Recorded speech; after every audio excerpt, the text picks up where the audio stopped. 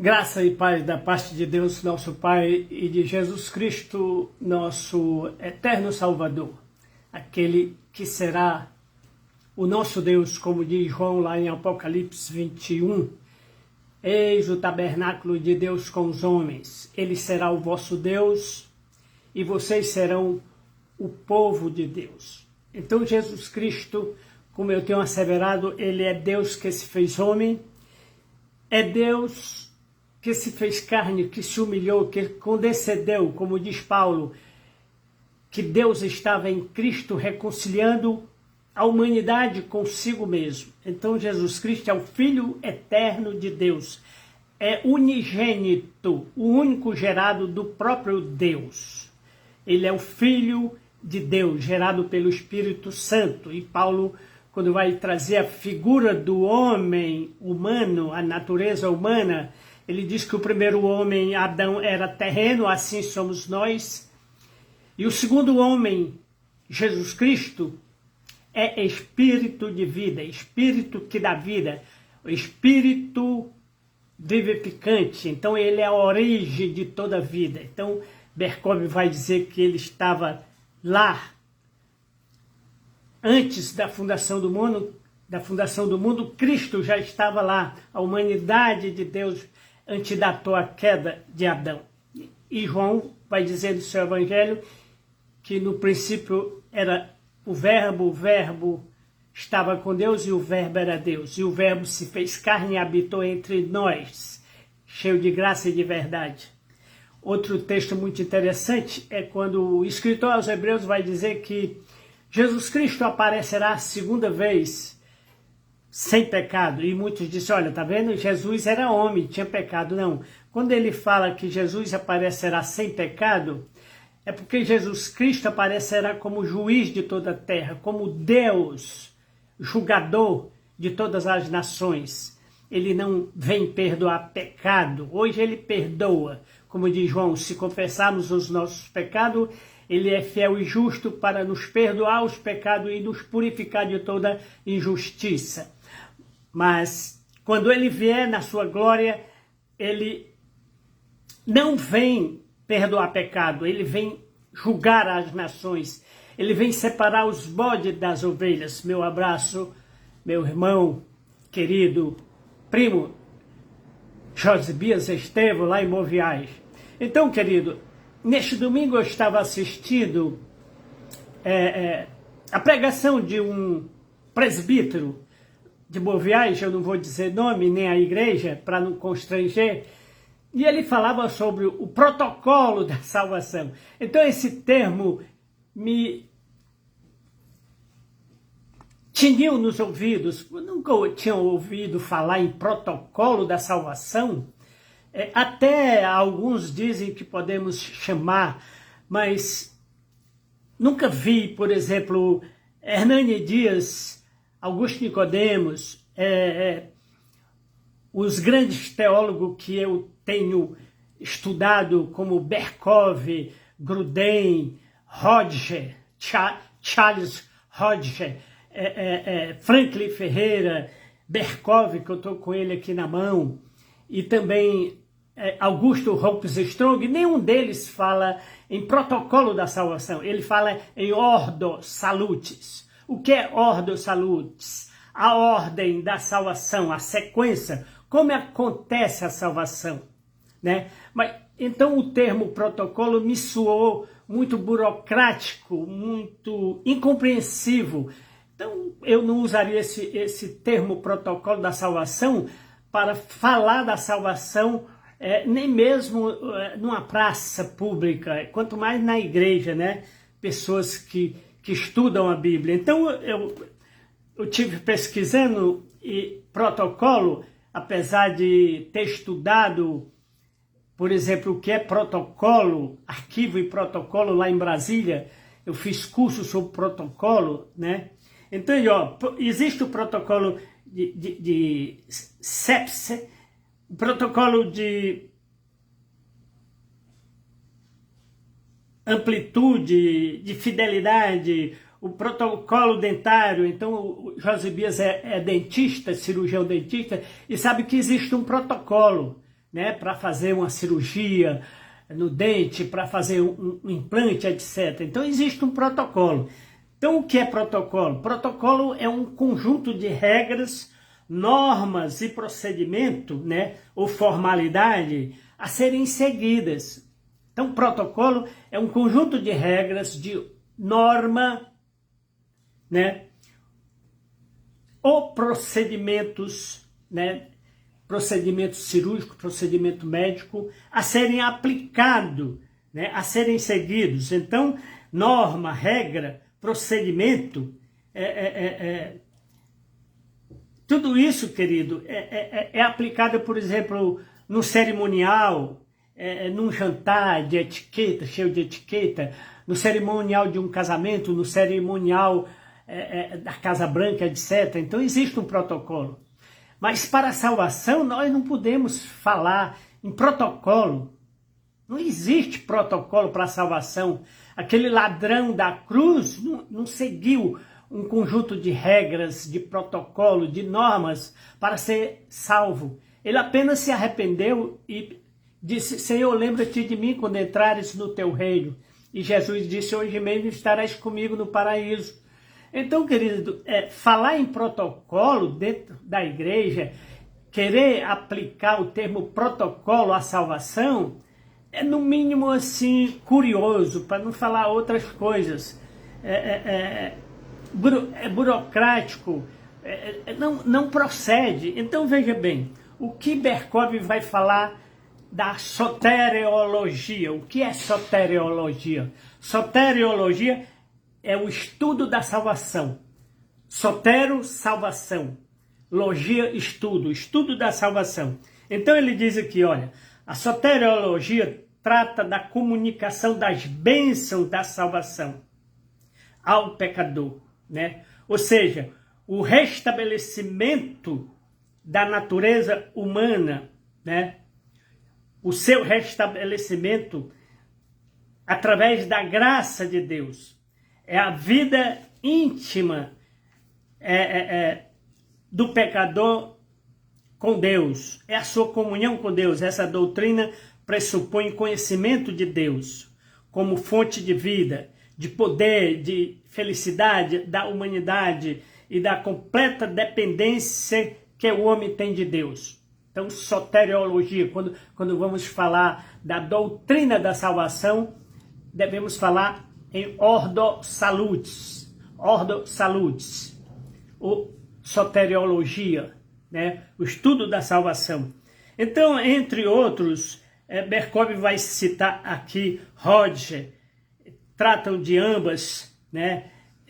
Quando ele diz aqui, a soteriologia é parte da pressuposição da obra redentora de Cristo consumada na cruz, né?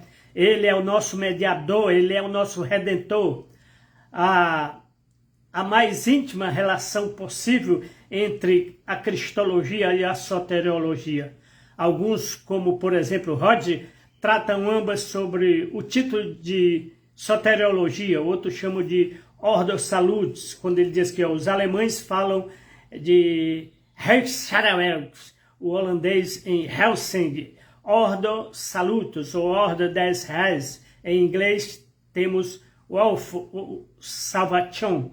A ordo salutis descreve o processo pelo qual a obra da salvação realizada através de Cristo na cruz é concretizada subjetivamente nos corações e vida dos pecadores. Visa descrever em sua ordem lógica e também em sua inter-relação os vários movimentos do Espírito Santo na aplicação da redenção. Então, meu querido, eu vou trazer alguns pormenores do que Berkov fala sobre essa questão da doutrina da salvação, o ordo salutis, ou ainda soteriologia, né? Então ele fala aqui em Kaftan, fala em Hitzel, fala em tantos outros. Então, quando falamos de uma ordo salutis, não podemos esquecer de que a ação de aplicar a graça de Deus ao pecador individual é um processo unitário, mas simplesmente ressaltamos o fato de que é possível distinguir vários movimentos desse processo. A obra de aplicação da redenção segue uma ordem definida e razoável, e que Deus não infunde a plenitude da salvação ao pecador num ato único. Ou seja, o que Berkov está querendo dizer aqui, o pecador, quando se arrepende, antes de tudo, ele precisa ser regenerado. Porque, como diz Paulo, vós estavas mortos, ou nós estávamos mortos em delitos e pecados. Então, mortos não podiam a voz de Deus. Aí você diz, mas Lázaro ouviu. Jesus chegou lá, Lázaro, sai. Lázaro estava morto. Mas, com certeza, o espírito continua vivo. O nosso espírito continua vivo. Então, querido, ele diz aqui, Deus não aplica esta salvação num único ato. Puf, estou salvo, pronto. Eu estou salvo, agora eu posso fazer o que quiser, que eu vou para o céu. Não, não é assim. Não é assim. A salvação não é só levantar a mão e dizer, eu aceito Jesus como Salvador e estou salvo. Ou então, eu deixei de beber, eu deixei de adulterar, eu deixei de fumar e agora sou um crente e estou salvo. Mas e o resto da vida? E o processo? Você anda na luz? Paulo diz que nós devemos andar na luz, assim, João, aliás, o evangelista João, que nós devemos andar na luz assim como Cristo está na luz. Paulo vai dizer, se vocês vivem no Espírito, ou seja, se vocês receberam vida no Espírito para se arrepender, se vocês receberam fé, então vocês devem andar em fé. Então eu não devo só apenas viver, mas eu devo andar. Eu vivo, eu ando como crente. Onde quer que eu esteja, eu tenho que andar como crente, eu tenho que falar como crente, eu tenho que agir como crente. Então muitos dizem assim, rapaz, esse tipo de crente mentiroso, crente velhaco, né? Crente soberbo, avarento, né? Invejoso, etc. Crente cheio de polêmica, crente que briga, né? Tem o sangue quente. Então existe um processo. Então Deus não aplica a salvação assim num ato só. Arrependimento, fé e conversão ou regeneração.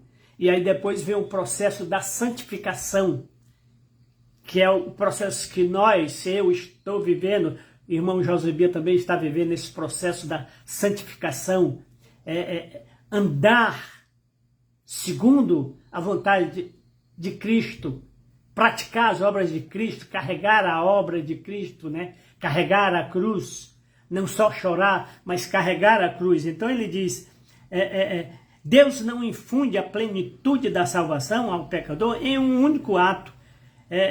Fizesse isso, a obra de redenção não viria à consciência dos filhos de Deus em todos os seus aspectos e em toda a sua plenitude divina.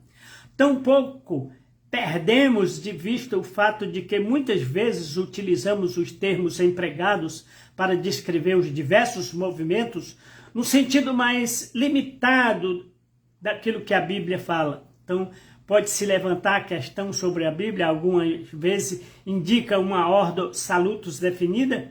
A resposta é que, embora ela não nos dê explicitamente uma ordem de salvação completa, ela nos oferece base suficiente para essa referida ordem. Ou seja, é necessário o crente conhecer a Bíblia. Paulo diz, desenvolvei a vossa salvação. Jesus Cristo, lá no Evangelho de Marcos, ele vai dizer, esforçai-vos por entrar pela porta estreita, porque apertado é o caminho e estreita é a porta que conduz à salvação, e são poucos os que entram. Então há um caminho a seguir, há uma porta a se romper.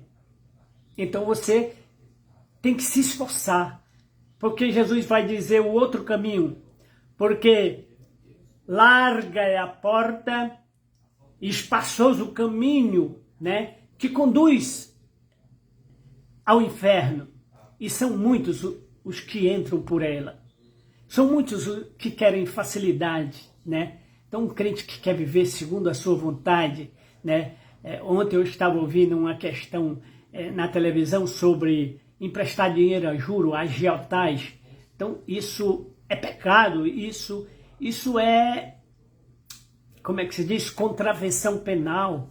A pessoa pode responder por crime de lavagem de dinheiro, por tantos outros crimes, querido. O agiota, o crente que empresta dinheiro a juro, né, ele se torna um avarento e comete vários crimes. E também comete o crime de profanar o nome de Cristo, né? Porque o Senhor nos chamou não para sermos ricos em dinheiro, mas sermos ricos em fé. Então, indo mais adiante, porque eu não quero me aprofundar muito, ele diz, em vista do fato de que a Bíblia não especifica a ordem exata a ser seguida na aplicação da salvação, né, a obra da redenção, há naturalmente amplo espaço para diferentes opiniões.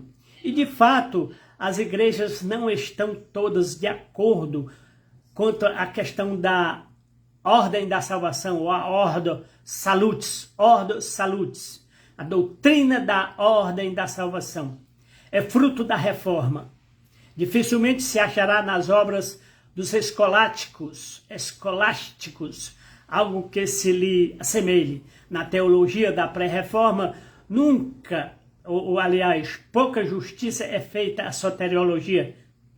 Ela não constitui um locus separado e suas partes constitutivas são discutidas sobre outras rubricas, mas ao menos como disjecta membros diversos, mesmo os maiores escolásticos como Pedro Lombardo, Tomás de Aquino, que era um teólogo católico, passam diretamente da discussão da encarnação para a da igreja de sacramento. O que se pode chamar de soteriologia consiste apenas de 2 capítulos, de Fide et de Poententia, o fé do arrependido.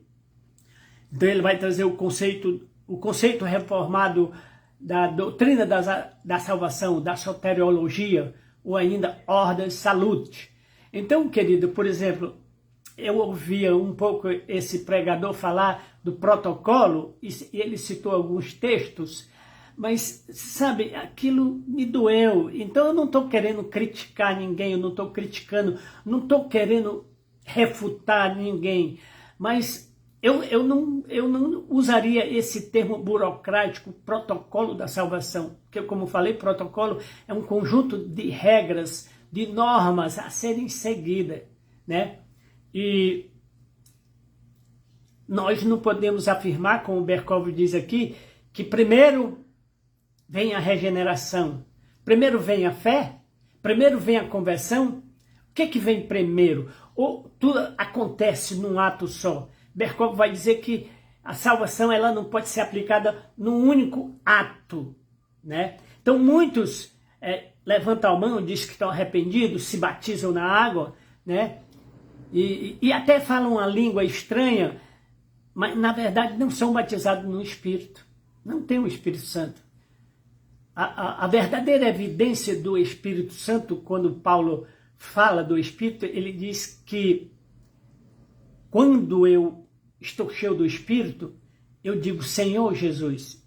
Ninguém que é possuído por um espírito de demônio, ele vai falar Senhor Jesus, Rabi, Mestre, Senhor. Então você vê, por exemplo, muitos católicos falar da salvação, mas eles não chamam Jesus Cristo de Senhor. Você já prestou atenção?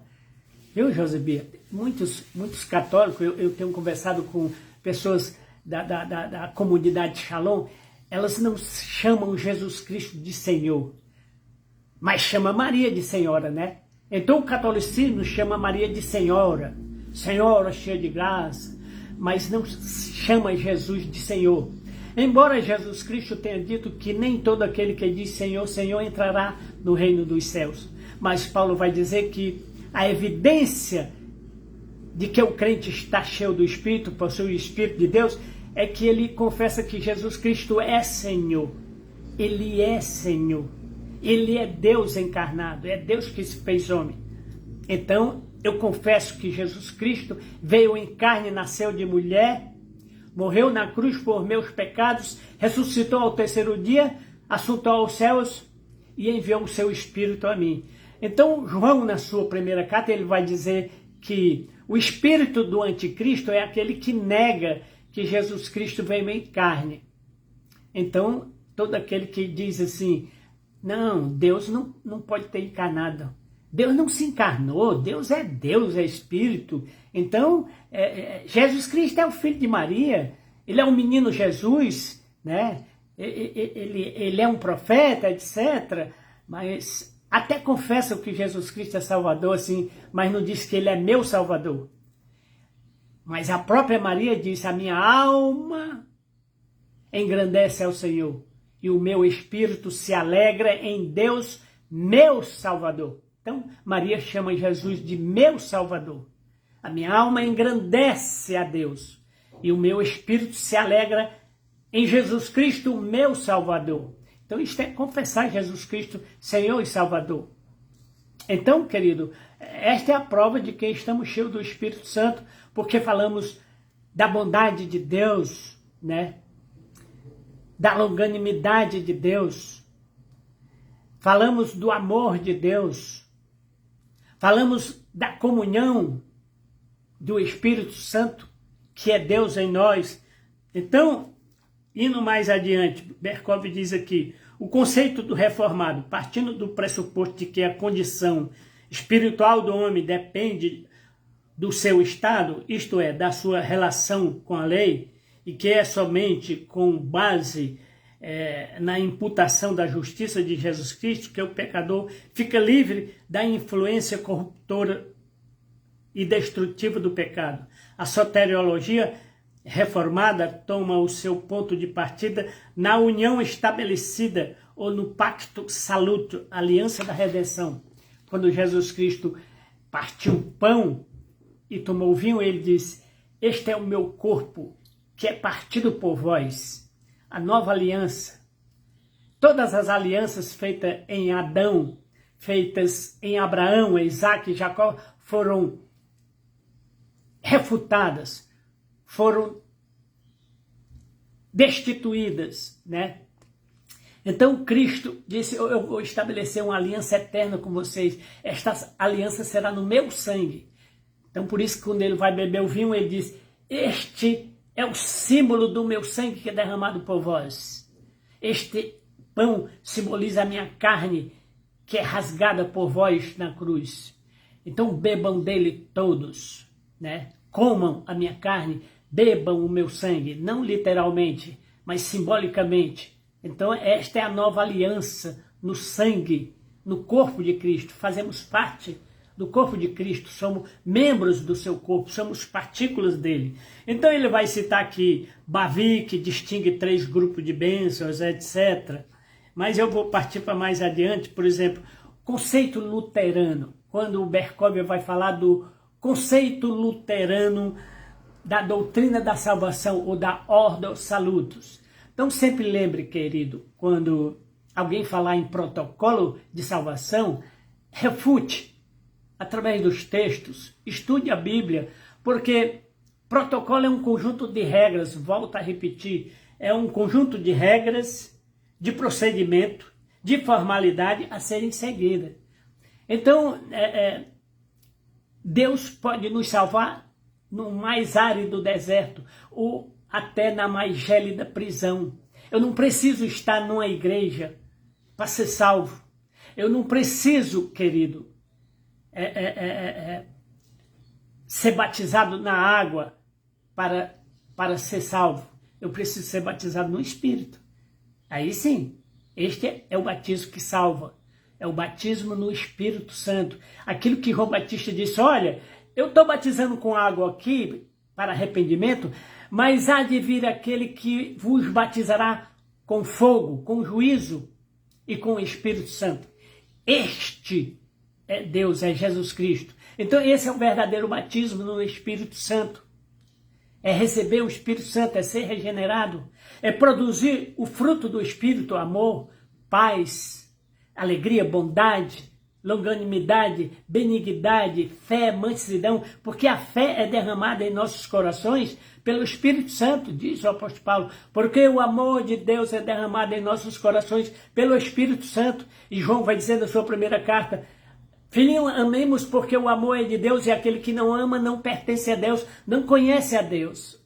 Então aquele que diz que ama a Deus, a quem não vê e odeia seu irmão, João diz é mentiroso. Ele é mentiroso, é falso.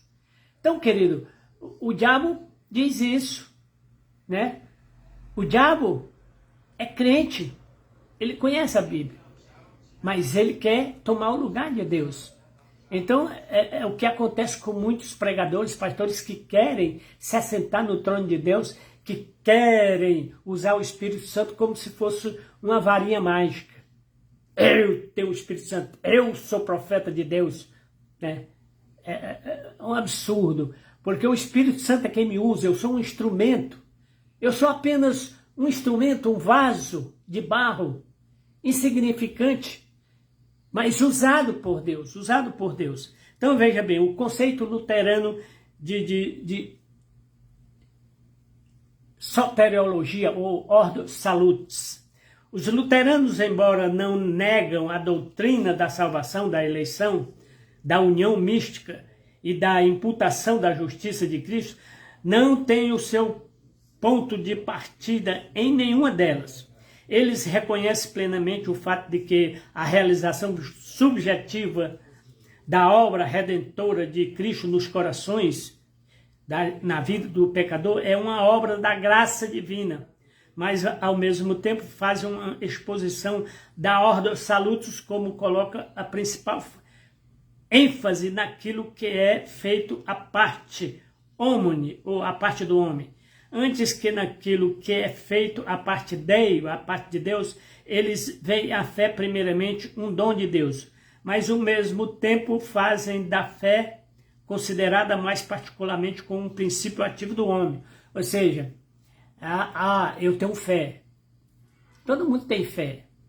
A pessoa que sai de Boa Viagem e vai para Juazeiro a pé ou para Canidé, é fé, mas não é fé salvífica.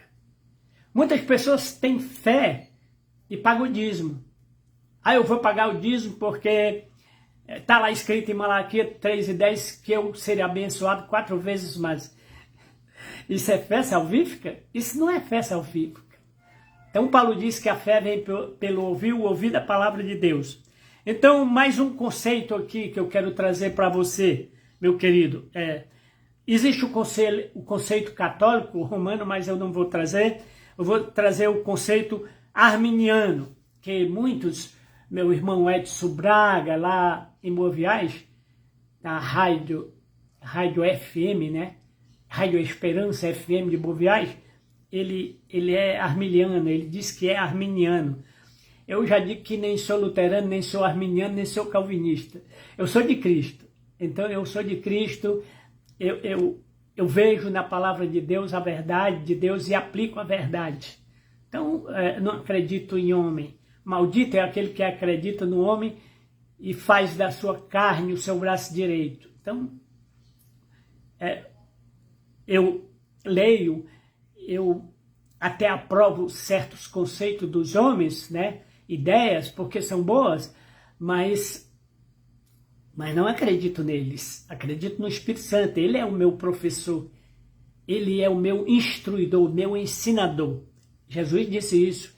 Ele vos ensinará em toda a verdade. Ele vos guiará. Então é o Espírito Santo que me guia, que me fala. Eu aprendo no secreto do meu quarto, da minha casa, né, querido? Eu aprendo. Então ele diz, olha, a ordem da salvação, no conceito arminiano, elaborada pelos arminianos, embora atribuindo ostensivamente a obra da salvação a Deus, realmente a torna dependente da atitude da obra do homem.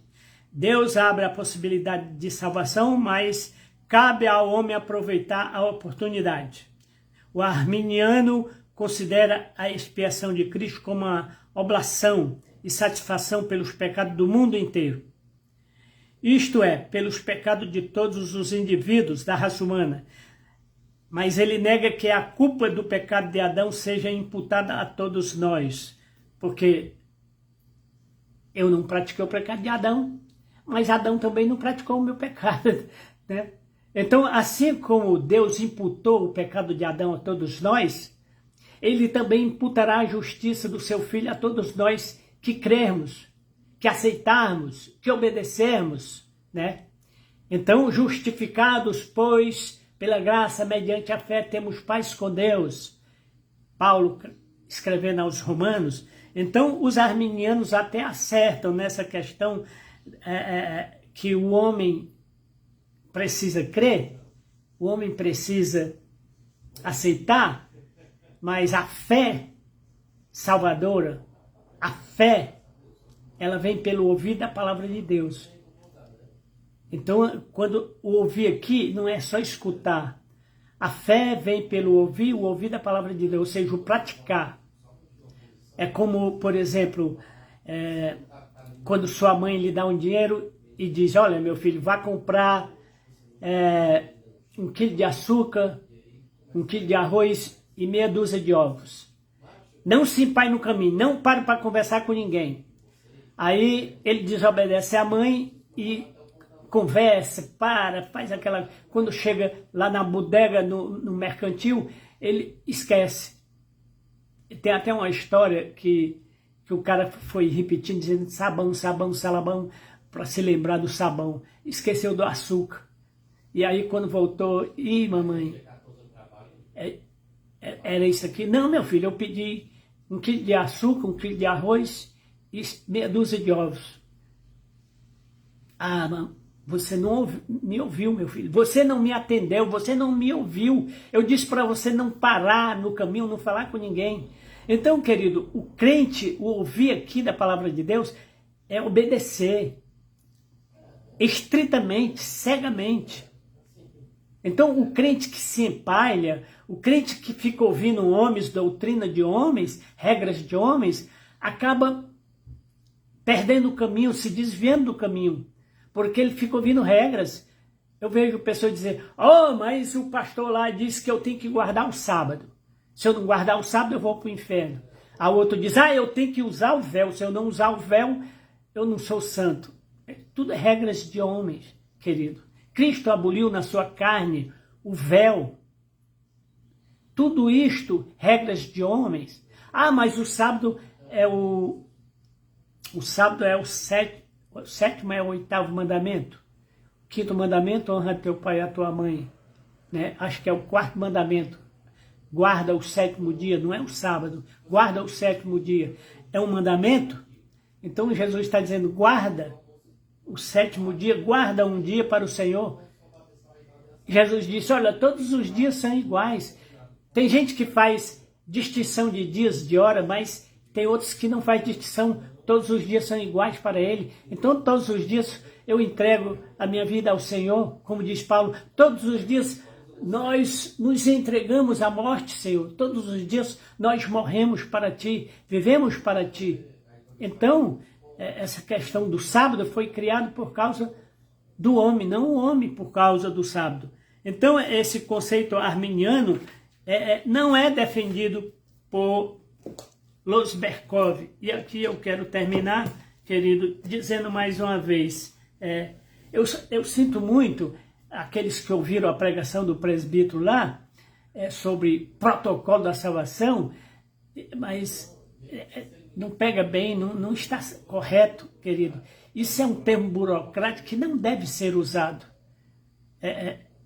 A ordo salutis, ou soteriologia, doutrina da salvação. E como diz Berkov, ela tem uma sequência, e pode não ter, porque aquele ladrão, ele não foi batizado. Ele apenas creu, né? Ele apenas ouviu de Jesus Cristo e creu, e aceitou, né? o eunuco de Candace, que está lá em Atos capítulo 5, não me lembro direito, capítulo 7 de Atos, quando Jesus diz a Filipe, vai a Gaza, tem uma alma lá para salvar. E ele chegou lá e ele estava lendo o profeta Isaías. E crê no Senhor Jesus Cristo e serás batizado. Explicou toda a questão do batismo. E ele disse, tem água aqui, importa que eu seja batizado? Não. Então, o batismo com a água é só um sinal, uma referência de que eu me arrependi, de que eu aceito a Jesus Cristo. Ele não salva. O batismo que salva é o batismo no Espírito Santo, o batismo com juízo, que João Batista dizia, ele vos batizará com fogo e com o Espírito Santo. Então, que você entenda, querido, que eu não estou aqui a criticar nenhum pregador que usa esses termos burocráticos, protocolo. Eu estudei essa questão de protocolo em serviço público federal, né? Existe o protocolo quando eu vou receber um documento, quando eu vou enviar um documento, existe um protocolo a ser seguido, uma norma, uma regra, né? Formalidades. Então a salvação não tem formalidade. Cristo me salva, como eu disse, no mais ardente deserto ou na mais gélida prisão. Eu não preciso estar frequentando a igreja para ser salvo. Não que eu seja contra a pessoa que frequenta a igreja. Eu frequentei a igreja durante 60 anos da minha vida, né? E o Senhor me chamou para fora para me santificar no secreto, para me purificar dessas ideias humanas, dessas sugestões humanas, né? Porque muitas vezes você vai para a igreja, aí você escuta cada coisa, você fica enojado, você fica, meu Deus do céu, sabe? Aí muitas vezes eu ouvia Satanás, sai dessa igreja, sai, essa igreja é minha, essa igreja não é de Deus, sai dessa igreja. E eu nunca saía, saí por uma questão circunstancial. Então Cristo me chamou para fora, não sou contra, até tenho saudade de estar na igreja, de comungar com os irmãos, de ensinar na escola dominical, de cantar, meu querido. Eu tenho saudade dos irmãos. Então, meu irmão Josebia, que Deus te abençoe, meu querido, nesse dia, com toda sorte de bênção espiritual. Amém?